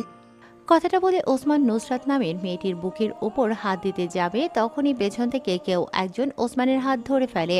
হঠাৎ এমন হওয়াতে সবাই হতবাক দৃষ্টিতে তাকিয়ে আছে, কেননা আজ পর্যন্ত এই ভার্সিটিতে ওসমানের ওপর কেউ কথা বলেনি। পেছন থেকে ওসমানের হাত কে ধরেছে এটা দেখার জন্য যখনই মাথা উঁচু করবে তখনই নাক বরাবর কেউ একজন ঘুষি মারে। ঘুষি খাওয়ার সাথে সাথে কয়েক হাত পিছিয়ে পড়ে যায় ওসমান। পেছন থেকে বের হয়ে আসে শামীম, চোখে রঙিন সানগ্লাস, চুলগুলো পেছনে আঁচড়ে নেওয়া, পুরো হিরোদের স্টাইলে ভার্সিটির মাঠে সবাই তাকিয়ে আছে ভার্সিটির গেটের দিকে। এটা দেখে বাকি ছেলেপেলেগুলো এসে ওসমানকে তুলে দাঁড় করায়। ওসমান এবার রাগী দৃষ্টিতে বলে, শালা কে রে তুই, তোর সাহস হয় কি করে আমার গায়ে হাত দেওয়ার? মুখের সিগারেটটা হাতের মুখের ধোঁয়াগুলো ছুড়ে দিয়ে সামনে এসে দাঁড়ায়। সিগারেটটা মাটিতে ফেলে দিয়ে পা দিয়ে ছেলেটা বলে ওঠে, আমি যেখানে যাই সেটাই আমার রাজত্ব হয়ে যায়। আমি এখানে পা রেখেছি মানে এটাই আমার এখন থেকে সিংহাসন। তুই ছিলি অতীত, বর্তমান আমি। তুই জানিস না তুই কার গায়ে হাত দিয়েছিস? তুই বাঘের গায়ে হাত দিয়ে তুই তোর মৃত্যু ডেকে এনেছিস। থাবা তো তোকে এখন খেতেই হবে। ওসমানের কথা শুনে ছেলেটা বেশ খানিকটা উঁচু স্বরে হেসে ওঠে। ছেলেটার হাসিতে ভার্সিটির মাঠটা কেমন যেন নাড়া দিয়ে ওঠে। ধুলো বালিগুলো কেমন যেন এদিক ওদিক উড়াউড়ি শুরু করে, গাছের পাতাগুলো যেন আকাশে বাতাসে দোল খেতে থাকে। সবাই এক দৃষ্টিতে তাকিয়ে আছে। শামীম বলে ওঠে, জঙ্গলে বাঘ রাজা হয় না, আসল রাজা তো হয় সিংহ। বাঘ শিকার করার সময় থাবা দেয়, আর সিংহ হুঙ্কার দেওয়ার সাথে সাথে জঙ্গলে থাকা বন্য প্রাণীগুলো কেঁপে ওঠে। ছেলেটার কথাগুলো শুনে সকলে কেঁপে ওঠে। সবাই ছেলেটার দিকে তাকিয়ে আছে। শামীম নামের ছেলেটা আবার বলে ওঠে, আমি তোকে চিনতাম না, কিন্তু তোর পরিচয় আমার জানা হয়ে গেছে। তোকে স্বর্গে পাঠাতে না পারলে একজন অসহায় মানুষ নিজে দোজকবাসী হয়ে যাবে। তাই তোকে স্বর্গে নয় দোজকে পাঠিয়ে ওই মানুষটাকে স্বর্গবাসী করতে চাই। অনেক হয়েছে তোর সিনেমার ডায়লগ, তোকে মেরে প্রমাণ করে দিব আসল রাজা তুই না আমি। কামরুল, শালাকে মেরে ধুলোর সাথে মিশিয়ে দে। কথাটা শোনার সাথে সাথে কন্ট্রোল নামের ছেলেটার সামনে পা বাড়ায়, গুটি গুটি পায়ে সামনে এগিয়ে যেতে থাকে। শামীম নামের ছেলেটার সামনে দাঁড়িয়ে যখন খুশি মারতে যাবে, ঠিক তখনই বন্দুকে থাকা বুলেটের শব্দে আর বুলেটের গন্ধে জায়গাটা ভয়ঙ্কর হয়ে ওঠে। বন্দুকে থাকা বুলেটের শব্দে সবার কলিজা কেঁপে ওঠে। বারুদের গন্ধে জায়গাটা দুর্গন্ধ হয়ে ওঠে। রক্তের ঘ্রাণে একজন মাতাল হয়ে ওঠে। সবাই ভয়ে পিছিয়ে যায়, কেউ কোনো কথা বলতে পারে না, সবার মধ্যেই আতঙ্ক। এটা দেখে ওসমান বলে ওঠে, আরে শালা মারলি কেন? তুই ওকে মেরে ফেললি, আর প্রাণে বাঁচতে দিব না। কি করব বল? যখন বাবা ছেলের মাঝখানে প্রতিবেশী এসে নাক গলায়, তখন তার নাকটা এভাবেই কেটে ফেলতে হয়। তোকে তো শালা। যখন তার বাকি ছেলেপেলেগুলো আসতে যাবে, তখনই পরপর আরও 5-5টা গুলি চলে। 5টা নিথর দেহ মাটিতে লাশ হয়ে পড়ে যায়। ভয়ে সবাই পিছিয়ে যায়। ওসমান বলে ওঠে, কে তুই? তোর পরিচয় কি? কি চাস তুই আমার কাছে? তোর জীবন। তুই জানিস আমি কে? তোর পরিচয় আমার জানা দরকার নেই। আমার দরকার তোর শরীরে থাকা আত্মাটা। তোর জীবনটার দরকার আমার। তুই আমাকে মারতে চাস কেন? মাইশা নামের মেয়েটাকে মিলে তোরা কলেজের রুমে রেপ করেছিলি। ছেলেটার কথা শুনে বেশ খানিকটা ঘাবড়ে যায় ওসমান, কেননা সবাইকে মেরে ফেলেছে এই ছেলেটা। ওসমান বলে ওঠে, ও তো একটা পতিতা ছিল, আমরা কাউকে রেপ করিনি। টাকার বিনিময়ে ও আমাদের কাজ করেছে। কথাটা শোনার সাথে সাথে বুক বরাবর লাথি মারে শামীম নামের ছেলেটা। লাথি খাওয়ার সাথে সাথে ওসমান নামের ছেলেটা বেশ খানিকটা দূরে গিয়ে পড়ে। তুই কিন্তু বেঁচে থাকতে পারবি না। আমার বাবা কিন্তু এই শহরে প্রভাবশালী মন্ত্রী। তোকে আমি প্রাণে মেরে ফেলবো। তোর শরীরের মাংসগুলো খেতে আসবে না কোনো বন পানি, তোর ভয়ঙ্কর ক্ষত বিক্ষত দেহটা দেখে। কথাটা বলে ওসমান নামের ছেলেটা মারপিট শুরু করে। শামীম নামক ভিক্টর ছেলেটা তার ভয়ঙ্কর রূপ বের করে একটা সিংহের মতো থাবা দিতে থাকে ওসমানের ওপরে। ওসমান রক্তাক্ত হয়ে ভার্সিটির মাঠের উপরে পড়ে আছে। শরীরটা বেশ জখম হয়েছে, কেননা অনেক মেরেছে শামীম নামের ছেলেটা। খবর পেয়ে পুলিশ দ্রুত সেখানে চলে আসে। মাটির উপর পড়ে আছে রক্তাক্ত হয়ে, শরীরটা নড়াচড়া করতে পারে না। শামীম নামের ছেলেটা তার হাত দুটো মাটির উপর রেখে বসে পড়ে আর কানে কানে বলে ওঠে, তোর দোজকের জানিটা ভালো হোক। কথাটা বলে পেছন থেকে একটা ধারালো ছোট্ট ছুরি বের করে। এরপর সবার সামনে গলার উপরে রাখে। সবাই ভয়ে চোখ বন্ধ করে ফেলে। তখনই পেছন থেকে বলে ওঠে, শামীম নামের ছেলেটা ভীষণ রেগে আছে, চোখগুলো লাল রক্ত বর্ণ ধারণ করেছে। পেছন ফিরে পুলিশ অফিসারের দিকে মুচকি হাসে। প্রকাশে শত শত শিক্ষক শিক্ষার্থী ছেলেমেয়েদের সাধারণ জনগণ পুলিশের সামনে গলার উপর ধারালো ছুরিটা রেখে চালিয়ে দেয়। সাথে সাথে গলার শিরা, উপশিরা, কণ্ঠনালী, শ্বাসনালী, খাদ্যনালী কেটে বিচ্ছিন্ন হয়ে যায়। ছটফট করতে থাকে, হাত পাগুলো ছড়াছড়ি করে লাফালাফি করতে থাকে। গলাকাটা ওসমানের দেহটা, রক্তগুলো এদিক ওদিক ছড়িয়ে ছিটিয়ে পড়তে থাকে। ছিটকে এসে কয়েকজন শিক্ষার্থীর উপরে রক্তগুলো পড়ে। তাজা গাঢ় লাল রক্তটা যখন ছিটকে গিয়ে নুসরাতের মুখে পড়ে, তখন নুসরাত ভয়ে চিৎকার দিয়ে জ্ঞান হারিয়ে ফেলে। এরকম দৃশ্য দেখে পুলিশ অফিসারগুলো চোখ বন্ধ করে ফেলে। ভাবতে পারেনি প্রকাশে এভাবে মেরে ফেলবে এতগুলো মানুষের সামনে। ভার্সিটির মাঠে ছেলেটা ছটফট করতে থাকে। পুলিশগুলো দৌড়ে এসে বন্দুক হাতে চতুর্পাশে ঘিরে ধরে ছেলেটাকে। ভিক্টরের হাতে হ্যান্ডকাপ পরায়।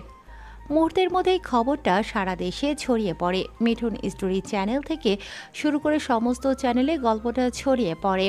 বিভিন্ন সাংবাদিক, নিউজ, টেলিভিশন, মনের হার্টবিট, বিভিন্ন সোশ্যাল মিডিয়ার মাধ্যমে ছড়িয়ে পড়ে এই নিউজটা।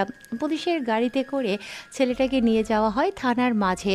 খবর পেয়ে মন্ত্রীসহ বেশ কয়েকজন প্রভাবশালী রাজনৈতিক ব্যক্তিত্ব ভার্সিটির মাঠে এসে উপস্থিত হয় ইন্তাজুল হক। নিজের ছেলের মর্মান্তিকর মৃতদেহ দেখে মানসিকভাবে ভেঙে পড়ে। এক রাতে ভাইরাল হয়ে যায় ভিক্টর। বিভিন্ন ম্যাগাজিন থেকে শুরু করে এক উচ্চ লেভেলে পৌঁছে যায়। পরিচয়ের এক নাম হয়ে ওঠে ভিক্টর। পোস্টমর্টম করার জন্য লাশটাকে নিয়ে যায় পুলিশ। এটা দেখে মন্ত্রী ইন্তাজুল হক বলে ওঠে, আমার ছেলেকে এতগুলো মানুষের সামনে, পুলিশের সামনে মেরে ফেললো। পুলিশকে মুখে আঙ্গুল দিয়ে চুপ করেছিল। চুপ বেয়াদব, ওই জানোয়ারটাকে গ্রেপ্তার করেছো। আমি থানায় আসছি। ওকে যদি আজকে আমি ওকে রাস্তার কুত্তাদের মতো পিটিয়ে না মেরে ফেলেছি, আমার নাম এন্তাজুল হক না। অফিসার লাইটার থাকলে আমাকে একটা দাও। যে গেট দিয়ে তুই আমাকে তোর এই জেলখানার ভেতরে ঢুকিয়েছিস সেই গেট দিয়ে তুই আমাকে কিছু সময় পর বের করবি। আমাকে নিয়ে তোর ভাবা লাগবে না, তুই বরং তোর দায়িত্ব পালন কর। আমি আমার ছেলের লাশ ততক্ষণ পর্যন্ত দাফন করব না যতক্ষণ না আমি ওই ছেলেকে হত্যার প্রতিশোধ নিতে পারছি। উপস্থিত হয়েছে প্রধানমন্ত্রী থেকে শুরু করে দেশের গণ্যমান্য ব্যক্তি সহ অসংখ্য মানুষ। বাড়ির উঠোনের সামনে কথাটা বলে পরপর বেশ কয়েকটা গাড়ি থানার উদ্দেশ্যে বের হয়ে যায়। কিছুক্ষণের মধ্যে থানার বাইরে কয়েকটা গাড়ির শব্দ পাওয়া যায়। গাড়িগুলোর ভেতর থেকে বের হয়ে আসে রেলমন্ত্রী, সেতুমন্ত্রী, পানিমন্ত্রী, শিক্ষামন্ত্রী এবং পাওয়ারফুল মন্ত্রী ইন্তাজুল হক। পুলিশ কনস্টেবলগুলো একের পর এক স্যালুট দিতে থাকে। সবাই থানার ভেতর প্রবেশ করে ভেতরে প্রবেশ করতেই চিৎকার করে বলে ওঠে, কোথায় ওই জানোয়ার? কোথায় সে? তার সাহস কি করে হয়? সে আমার ছেলেকে মেরেছে, তাকে আমি এই থানার ভেতরে পুঁতে দেব। তার লাশটাও আমি থানা থেকে বের হতে দেব না। চুপ কর বেটা, বেয়াদব। তোদের মতো কিছু ফালতু পুলিশের জন্য আমাদের মতো প্রভাবশালী ব্যক্তিদের ফেস লস হয়। তুই তাকে এখনো থানার ভেতর আটকে রেখেছিস, তার শরীরে এখনো পর্যন্ত তুই একটা লাঠির বাড়ি পর্যন্ত দিসনি। এই দেশের প্রধানমন্ত্রীর পরে আমার স্থান। আমার ওপর কথা বলবে এমন কেউ নেই। ওকে থানার ভেতর বেঁধে রামধোলাই কর। না, এভাবে হবে না। ওকে থানার বাইরে বের কর। কথা কম, ওকে থানার বাইরে বের কর। পুলিশগুলো জেলখানার ভেতর থেকে বের করে আনে শামীমকে। ইন্তাজুল হক আর শামীম মুখোমুখি দাঁড়িয়ে আছে। ইন্তাজুল হক বলে ওঠে, শালা, তোকে এখানে মেরে পুঁতে দেব। ছেলেটা এটা শুনে রহস্যময় একটা হাসি দেয়। পেছনে থাকার চেয়ারটা সামনে এনে বসে পড়ে। চেয়ারের উপরে পায়ে পা রেখে পকেট থেকে একটা সিগারেট বের করে কনস্টেবলের কাছ থেকে একটা লাইটার নিয়ে আগুন জ্বালিয়ে টানতে থাকে মনের সুখে। এটা দেখে ইন্তাজুল হক দাঁতে দাঁত রেখে কটমট করে বলে ওঠে, শালা, তোকে তো আজকে। কথাটা বলে যখন শামীম নামের ছেলেটার কপালে বন্দুক রেখে গুলি করতে যাবে তখনই পকেটে থাকা ফোনটা বেজে ওঠে। ফোনের স্ক্রিনে তাকিয়ে দেখতে পায় রাষ্ট্রপতি ফোন করেছে। হঠাৎ তার ফোন দেখে সকলে বেশ খানিকটা অবাক হয়েছে। ফোনটা রিসিভ করতেই ওপাশ থেকে বলে ওঠে, মাননীয় মন্ত্রী, তুমি ওই ছেলেকে ছেড়ে দাও। ওর হাত অনেক লম্বা, এমন না হয় যে ও তোমার হাত কেটে ফেলে। রাষ্ট্রপতির কথা শুনে বেশ খানিকটা অবাক হয়ে যায় মন্ত্রী। মন্ত্রী চিৎকার করে বলে ওঠে, স্যার, এটা আপনি কি বলছেন? এটা কি করে সম্ভব? সে আমার ছেলেকে মেরেছে। আমি তাকে না মেরে ফেলা পর্যন্ত তাকে ছাড়ছি না। দেখো, বাইরের কয়েকটা দেশ থেকে আমার উপর চাপ আসতেছে। তুমি তাকে ছেড়ে দাও, না হলে সামনে আমাদের জন্য বিপদ। সেই ছেলেটার অনেক পাওয়ার, ওকে ছেড়ে দাও। ওর সাথে ঝামেলা করো না। বলে কলটা কেটে দেয়। এটা দেখে মন্ত্রী রেগে ফোনটা ভেঙে ফেলে। শামীম মুস্কি একটা হাসি দেয় আর বলে ওঠে, কিরে, আমাকে মারবি না? দেখ, তোদের মতো মন্ত্রীদেরকে আমি আমার সামনের এবং পিছনের পকেটে নিয়ে ঘুরি। তাই তোর ছেলে যে ভুলটা করেছে তুই সেই ভুলটা করিস না। না হলে তোর ছেলের পাশের ফাঁকা জায়গাটাই তোর লাশটাকে দাফন করার ব্যবস্থা করে দিব আমি। কথাটা বলে চেয়ার থেকে উঠে মন্ত্রীর ডান গালে চুমু খেয়ে ছেলেটা বেরিয়ে পড়ে নাচতে নাচতে। থানার বাইরে বেশ কয়েকজন ছেলে পেলে ফুলের মালা হাতে নিয়ে দাঁড়িয়ে আছে। তাকে ফুলের মালা পরিয়ে দিয়ে থানা থেকে গাড়ি নিয়ে বেরিয়ে পড়ে। অন্যদিকে সবাই হাঁ করে তাকিয়ে আছে। সবাই মনে মনে বলতে থাকে, এ ছেলে পাগল নাকি? মন্ত্রী রেগে নিজের মাথার চুল নিজেই ছিঁড়তে তো থাকে। থানা থেকে রেগে এক এক করে সকলে বেরিয়ে যায়। পুলিশ অফিসার কনস্টেবলের উদ্দেশ্যে বলে ওঠে, খবরটা আবারও ছড়িয়ে পড়ে। সাংবাদিকগুলো খবর প্রকাশ করতে থাকে বিভিন্ন টেলিভিশনে। মন্ত্রীর ছেলেকে মেরে ফেলার পরেও জেল থেকে ছাড়া পেয়েছে ভিক্টর নামের সেই ছেলেটি। একজনের খবরের পত্রিকা কিংবা টেলিভিশনে এক একভাবে টাইটেল দিয়ে ভিউজ কামাচ্ছে। অন্যদিকে নুসরাত জ্ঞান হারিয়ে হাসপাতালের বেডে শুয়েছিল। কিছুক্ষণ আগে তার জ্ঞান ফিরেছে। এখনো চোখের সামনে সেই দৃশ্যটা ভেসে ওঠে। খুব কষ্টে ও ভয়ে তাকে বাড়িতে নিয়ে যাওয়া হয়। এদিকে জেল থেকে ছাড়া পেয়ে তার দলের ছেলেগুলো তাকে গলায় মালা পরিয়ে তাদের আড্ডাখানায় নিয়ে যায়। সেখানে যেতেই সাকিব বলে ওঠে, আরে ভাই শামীম, এটা কি করলি? প্রকাশ্যে এতগুলো মানুষের সামনে মেরে ফেললি। ওসমানকে এখন মন্ত্রী তোকে ছেড়ে দেবে? আমি কোনো অন্যায়ের সাথে আপোষ করতে রাজি না। অপরাধ করেছে তাই তাকে তার যোগ্য শাস্তি দিয়েছি। তাই বলে শামীম এবার হাতের ইশারা দিয়ে থামিয়ে দেয় সাকিবকে। সামনে নির্বাচনের ইলেকশনে এমপি পদে যাচ্ছে সাকিব। ওইদিকে নিজের ছেলের এরকম মৃত্যু দেখে মাথা নষ্ট হয়ে গেছে মন্ত্রী ইন্তাজুল হকের। যে করেই হোক সে বাঁচতে দেবে না শামীমকে। এই জানোয়ারটাকে আমি বাঁচতে দেব না। সে আমার ছেলেকে মেরেছে, তাকে তো আমি প্রাণে মেরে ফেলবো। খবর নে ওর কে কে আছে কাছের মানুষ। এদিকে ছেলের লাশটা দাফন করে যে যার মতো সান্ত্বনা দিয়ে চলে যায় নিজেদের গন্তব্যে। মন্ত্রী একা ঘরের ভেতরে বসে আছে। শহরটা থমকে গেছে, রাত হতে শুরু করেছে। রাতের পরিবেশটা বেশ অন্ধকার, কেননা আকাশে আজকে কোনো চাঁদ নেই, শুধু হালকা কালো মেঘ। পরিবেশটা বেশ ভয়ঙ্কর, মানুষের চলাচল প্রায় কম বলা হচ্ছে। হালকা প্রবাহমান বাতাস বইছে। অন্যদিকে একটা বাইক বেশ দ্রুত গতিতে এগিয়ে যাচ্ছে রাস্তার এক সাইড ধরে। রাস্তাটা চলে গেছে পুরো বাগান বাড়ির ভেতর দিয়ে। রাস্তার দু সাইডে অসংখ্য গাছ, এত পরিমাণ গাছ যে রাস্তাটা অন্ধকারে ছেয়ে আছে। রাস্তার দু সাইডে বিভিন্ন ভয়ঙ্কর পশু পাখির ডাকাডাকি নিস্তব্ধ। রাস্তা জঙ্গলের ভেতর দিয়ে চলে গেছে। রাস্তার দু সাইডে পুকুর বেশ অন্ধকার। ঝিঝি পোকা, উই পোকার ডাকাডাকি। অন্ধকারে জোনাকি পোকাগুলো তাদের জিরো বাল্বের বাতিতে খানিকটা রাস্তা আলোকিত করেছে। ঝোপঝাড়ের আড়াল থেকে বিভিন্ন পশু পাখির কোলাহল বেরিয়ে আসে। পরিবেশটা ভয়ঙ্কর হয়ে উঠেছে, যেন ভুতুড়ে এক রাজ্যে প্রবেশ করেছে কোনো এক আগন্তুক। আগন্তুকের বাইকের গতিতে, তার প্রাকৃতিক গতিতে বহমান বাতাসে মিশ্রিত হয়ে বিকট আওয়াজ বারবার শব্দ করছে। আগন্তুকটা ফুল স্পিডে চলেছে কোনো এক অন্ধকার অজানা গন্তব্যে। আগন্তুকটার বাইকটা ধীরে ধীরে স্লো হতে থাকে। হঠাৎ করে চলে আসে নিস্তব্ধ একটা গোরস্থানের সামনে। গোরস্থানের চতুর্পাশে শুধু কবর আর কবর। গোরস্থানের গেটে লেখা আছে, পৃথিবীতে এত লাফালাফি করিও না, সেটা তোমার ক্ষণিকের সময়, কিন্তু তোমাকে সারা জীবনের জন্য আসতে হবে তোমার আসল ঠিকানাতে। ছেলেটা বাইক থেকে নেমে হেলমেটটা খুলে বাইকের ওপর রেখে দেয়। হিমেল হাওয়া, শীতল এক বাতাস বয়ে যায়। শো শো শব্দে বেশ কিছু সময় উচ্চস্বরে বিকট আওয়াজ হয়। গোরস্থানটা বেশ অন্ধকার, চতুর্পাশে শুধু কবর আর কবর। ঘাস লতাপাতা দিয়ে গোরস্থানটা বেশ অন্ধকার হয়েছে। যেখানে সেখানে জোনাকি পোকা দেখা যায়। বেশ কিছু কবর থেকে ভেসে আসে ভয়ঙ্কর কিছু আওয়াজ, খেকশিয়ালের ডাকাডাকি, পশু পাখির কিচিরমিচির। মুহূর্তের মধ্যেই যেন ঠান্ডা হয়ে যায় পরিবেশটা। আগন্তুকটার পায়ের ধুলোতে যেন গোরস্থানটা কোনো এক নিস্তব্ধতায় ছেয়ে যায়। উপস্থিত থাকা হিংস্র পশু পাখিগুলো মনে হয় বুঝে গেছে এই গোরস্থানে কোনো এক হিংস্র মায়াবী হিংস্র দানব পা রেখেছে। তাই হয়তো ভয়ে যে যার মতো নিস্তব্ধ হয়ে গেছে। সেই জায়গাতেই মানুষটা গুটি গুটি পায়ে এগিয়ে যেতে থাকে কবরস্থানের ভিতরে। রাতের কুয়াশায় গোরস্থানের সবুজ ঘাসগুলো শীতে ভিজে গেছে। সবুজ ঘাসের উপরে পা রেখে হেঁটে যাচ্ছে আগন্তুকটা কোনো একটা কবরের দিকে। তার পায়ের শব্দে বারবার ভয়ঙ্কর কিছু আওয়াজ দিচ্ছে। হঠাৎ করে আগন্তুকটা থেমে যায় একটা কবরের সামনে। তারপর হঠাৎ করে আগন্তুকটা নিঃস্বার্থ মায়াবী চোখে হাঁটু দুইটা সেই কবরের সামনে পেরিয়ে দিয়ে অঝোর ধারায় চোখের নোনা বাড়ি ফেলতে থাকে। কবরটা খুব পরিচিত সেই মানুষটা বলে ওঠে, ও আমার শখের প্রিয়সী, আমার যুদ্ধের বিদ্রোহে আমি তোমাকে হারিয়েছি।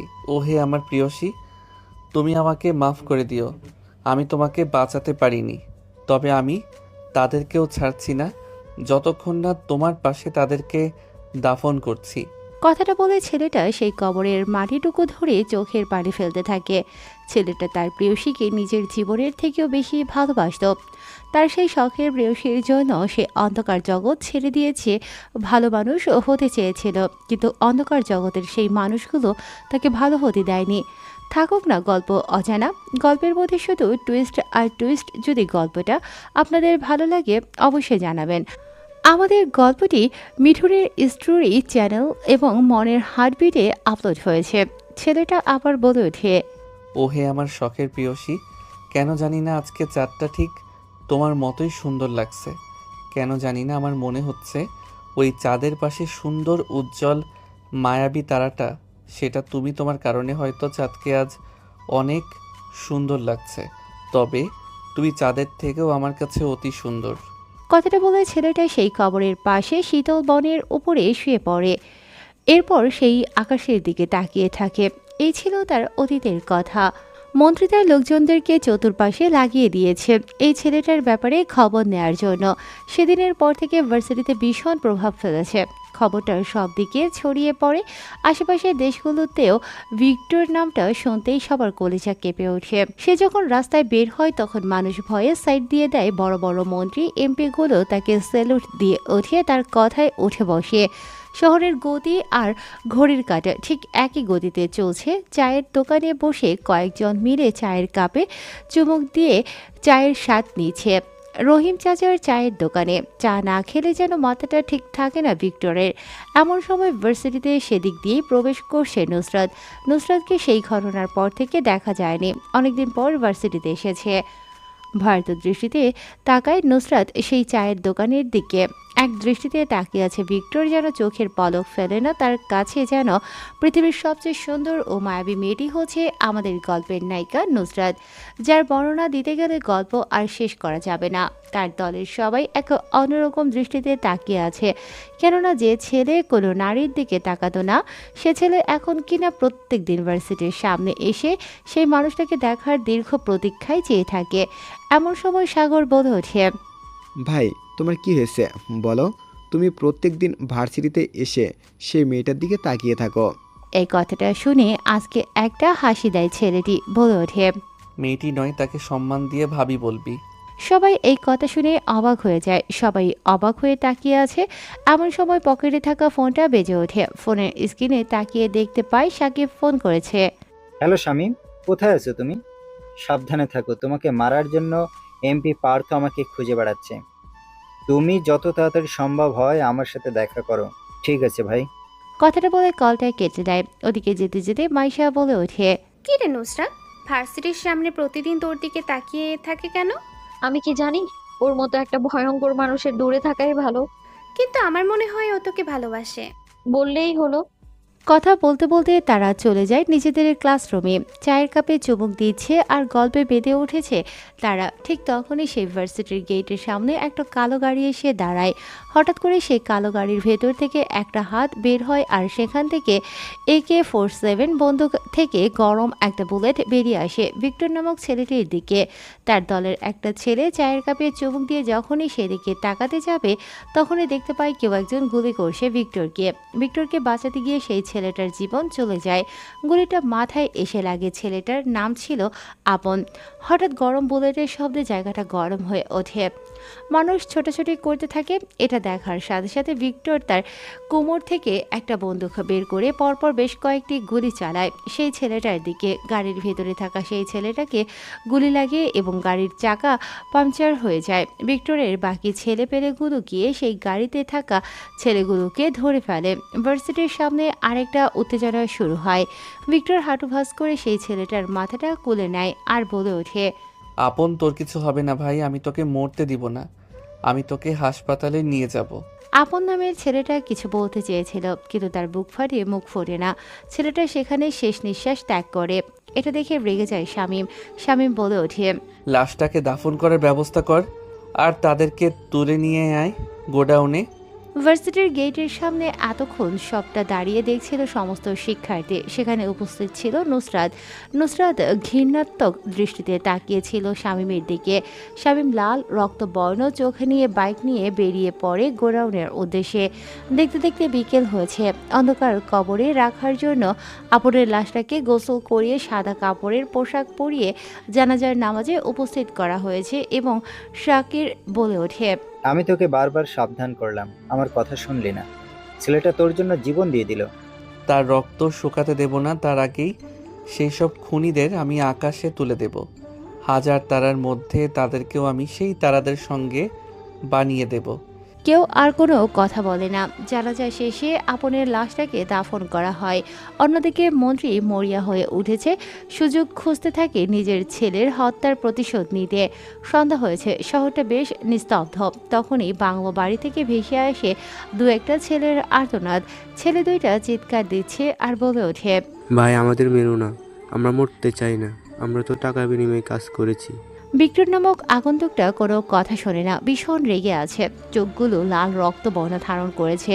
দাঁতে দাঁত চেপে বলে ওঠে, এই ভিক্টর যাকে তুলে নিয়ে আসে সে আর বাড়িতে ফিরতে পারে না। তার ঠিকানা হয় গোরস্থানে।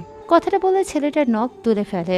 হাতের নখটা তুলে ফেলার সাথে সাথে সেই কাঁচা নখ থেকে রক্ত বের হতে থাকে। ছেলেটা ভয়ঙ্কর এক চিৎকার দিয়ে ওঠে। তার চিৎকারে থরথর করে কেঁপে ওঠে দেয়ালের ইটগুলো। চিৎকার করে উঠিয়ে সিমেন্টের পলিস্টার করা সেই দেয়ালটা। ছেলেটার এরকম অত্যাচার দেখিয়ে পাশের সেই ছেলেটার প্যান্ট নষ্ট হয়ে গেছে। এক এক করে ডান হাতের 5টা নখ তুলে ফেলে। তাজা গাঢ় লাল রক্তটা ঝরতে থাকে সেই সাদা রঙের ফ্লোরটার উপরে। এরপর আগন্তুকটা চোখের ইশারা দেওয়ার সাথে সাথে তার সামনে একটা বক্স এনে রাখা হয়। সেই বক্সের ভেতর থেকে বের করে নিয়ে আসা হবে কয়েকটা মোমবাতি এবং একটা মেস। এরপর জ্বালিয়ে দিয়ে উল্টো করে সেই মোমবাতিটা গলাতে থাকে তুলে ফেলা নখের জায়গায়। ছেলেটা বাধা অবস্থায় চেয়ারে লাফালাফি করতে থাকে, গরুর মতো চিৎকার করতে থাকে। ছেলেটা কান্না করতে করতে বলে ওঠে। আগন্তুকটার কান পর্যন্ত এই কথা পৌঁছয় না। কেমন যেন পাগল হয়ে গেছে। সবাই শুধু তাকিয়ে আছে ভয়ে। কেউ কোনো কথা বলতে পারে না, কেননা সবাই জানে যখন সে কোনো অপারেশন করে আর তার মাঝে কেউ বাধা হয়ে দাঁড়ালে ঠিক এই ছেলেটার মতোই পরিণত হবে তাদের। তাই ভয়ে কেউ কোনো কথা বলে না, চুপচাপ শুধু দেখতে থাকে। ছেলেটার মুখের ভেতর একটা কাপড় আর হালকা পেট্রোল ঢেলে দেয়। এরপর দেয় কিছু পলিথিন প্লাস্টিক। এরপর মুখের ভেতর আগুন জ্বালিয়ে দেয়। মুখের ভেতর দাউ দাউ করে আগুন জ্বলতে থাকে। পলিথিন আর ছেঁড়া কাপড়ে যত গলতে থাকে তত মুখের চতুর্পাশে লাগতে থাকে। আলকাতরার মতো খামচে ধরতে থাকে মুখটা। ভেতর থেকে কোনো আওয়াজ বের হয়ে আসে না। ভয়ঙ্কর সেই ভয়াবহ শাস্তি। পাশের চেয়ারে বেঁধে রাখা ছেলেটা এরকম দৃশ্য দেখে জ্ঞান হারিয়ে ফেলেছে। প্রস্রাবের সাথে সাথে পায়খানাও করে ফেলেছে। সেই চেয়ারের ওপরে বেশ দুর্গন্ধ ছড়াচ্ছে, কিন্তু সেদিকে কোনো খেয়াল নেই আগন্তুকটার। মুহূর্তের মধ্যে মুখের ভেতরটা পুড়ে এক জায়গায় লেগে যায়। ভেতর থেকে কোনো আওয়াজ বের হয়ে আসে না, শুধু ঘুমানোর আওয়াজ শোনা যায়। ছেলেটা নিস্তেজ হয়ে পড়েছে, শরীরটা এলিয়ে দিয়েছে চেয়ারের উপরে। অত্যাচার সহ্য করতে না পেরে প্যান্ট নষ্ট করে ফেলেছে। হাত পাগুলো ছড়িয়ে ছিটিয়ে দেয় ধীরে ধীরে। মৃত্যুর দুয়ারে ঢলে পড়ে ছেলেটা। এটা দেখে আগন্তুকটা আবার বলে ওঠে, শালা ডেরা মাছের জীব, এই জীবন নিয়ে এসেছিস আমার সাথে পাঙ্গা নিতে? সাগর ওর জ্ঞান ফেরা, এর কাছ থেকেই তথ্য নিব। ওকে ভাই। কথাটা বলার পর সাগর ছেলেটার জ্ঞান ফেরানোর জন্য পানি নিয়ে আসে। তবে সাধারণ পানি নয়। সাধারণত কোনো মানুষ জ্ঞান হারালে তার মুখে ছেটানো হয় শীতল ঠান্ডা পরিষ্কার পানি, কিন্তু এই ছেলেটার জ্ঞান ফেরানোর জন্য ফুটন্ত লাল আকৃতির গরম পানি সেটা দেয় মুখের উপরে। পড়ার সাথে সাথে মুখটা পুড়ে ভয়ঙ্কর আকৃতি ধারণ করে। বড় বড় ফোসকা দিয়ে দেয় মুখের উপরে। দেখতে ভয়ঙ্কর লাগছে।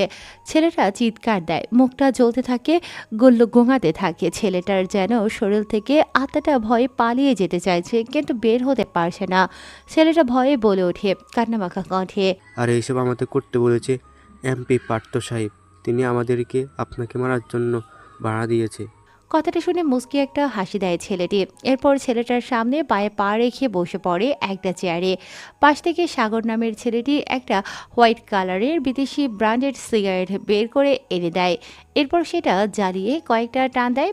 এরপর মুখের ভেতর ছেলেটার হাত ঢুকিয়ে জিহ্বাটা বের করে এনে সিগারেটটা জিহ্বার উপরে চেপে ধরে। ছেলেটা তত বেশি লাফালাফি করতে থাকে যেন ছেলেটার মাথায় আগুন ধরে গেছে। নিজের চোখের সামনে নিজের মৃত্যুটা মেনে নিতে পারছে না।